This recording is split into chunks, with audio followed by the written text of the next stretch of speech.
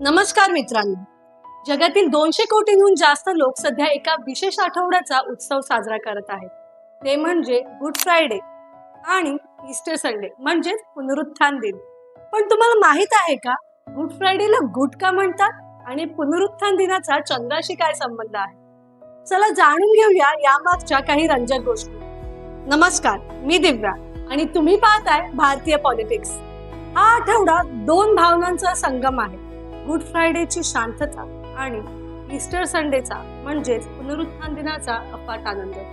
Christian मान्यतेनुसार याच दिवशी प्रभू येशू ख्रिस्त यांनी मानवजातीच्या पापांसाठी स्वतःच्या प्राणांचे बलिदान दिले होते. जर्मनी सारख्या देशात तर या दिवशीचे गांभीर्य राखण्यासाठी चक्क नाच गाण्यांवर बंदी असते. गुड फ्रायडेच्या आदल्या दिवशी लास्ट सपर म्हणजेच येशूने आपल्या 12 शिष्यांसोबतचे केलेले शेवटचे भोजन, त्यावर आजची होली कम्युनियन ही प्रथा आधारित आहे. ईस्टर संडे म्हणजेच पुनरुत्थान दिन हा दिवस आनंदाचा मानला जातो, कारण या दिवशी प्रभू येशू ख्रिस्तांचे पुनरुज्जीवन झाले असे मानले जाते. लेंट समाप्त. पुनरुत्थानाच्या दिवशी ख्रिश्चन धर्मातील 40 दिवसांच्या उपवासाचा काळ समाप्त होतो. ईस्टर कधी साजरा करायचा हे चंद्रावर अवलंबून असतं. वसंत ऋतूच्या पहिल्या पौर्णिमेनंतर जो पहिला रविवार येतो तो असतो ईस्टर संडे.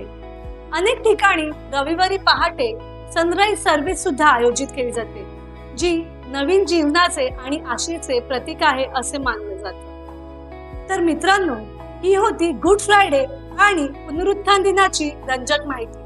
ही माहिती कशी वाटली हे आम्हाला कमेंट्स मध्ये सांगायला विसरू नका आणि अशाच माहितीपूर्वक व्हिडिओसाठी आमच्या चॅनलला सबस्क्राईब करायला विसरू नका. धन्यवाद.